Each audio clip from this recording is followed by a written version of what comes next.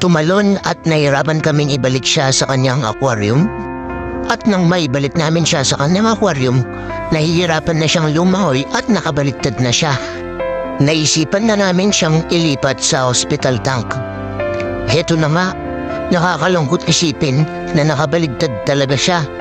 Punong-puno ng hangin ang kanyang tiyan. Naging bloated siya. Siguro nung tumalon siya ay nakahigop siya ng maraming hangin.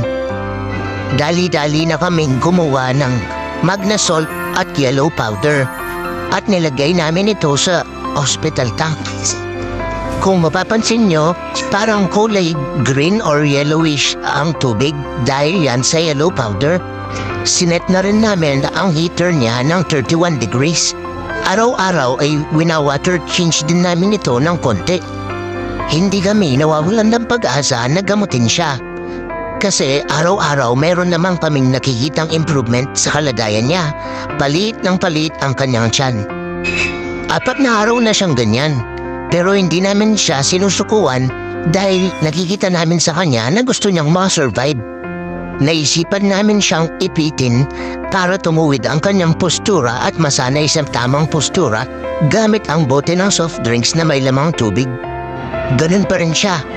Kapag inahalis namin ang bote ng soft drinks na ito, ay pumabaliktad pa rin siya. Hirap na hirap pa rin siyang lumangoy at hirap na hirap pa rin siyang magbalanse. Pagkatapos ng 3 araw na nakaipit siya, laking tuwa namin at gulat nang makita namin siyang lumalangoy na. Masaya kami kasi nakita na namin siyang lumalangoy ng may balanse. Pinatagal pa namin siya dito sa hospital tank na ito ng 3 araw bago namin siya ilipat sa kanyang original na tangke o aquarium. Kung mapapansin nyo, marami siyang tinamong damages sa kanyang mga fins, sa kanyang mga buntot at mga kaliskis dahil siguro ito sa naging kalagayan niya. At eto na nga, pagkatapos ng 3 araw, naisipan na namin siyang ibalik sa kanyang original na aquarium. Eto na, ililipat na namin siya sa kanyang original na tangke o aquariums. Hindi namin expect na makakasurvive siya. Pero dahil nakikita namin sa kanya na lumalaban siya, ay talagang hindi namin talaga siya sinukuhan.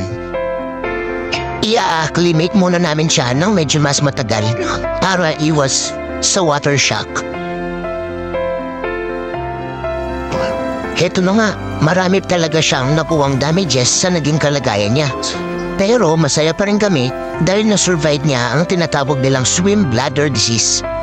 Masaya kami ngayon dahil alam namin na mas makakapag-recover na siya dito sa kanyang original na aquarium.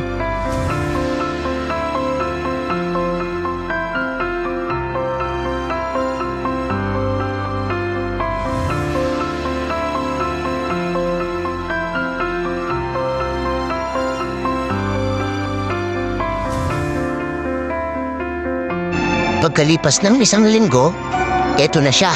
Wina-water change na namin ang kanyang main aquarium. At yan na po siya. Yan na po ang itsura niya ngayon. Unti-unti na pong gumagaling ang kanyang mga damages or sugat. Sana gumaling na at makabalik na sa kanyang dating postura at dating ganda.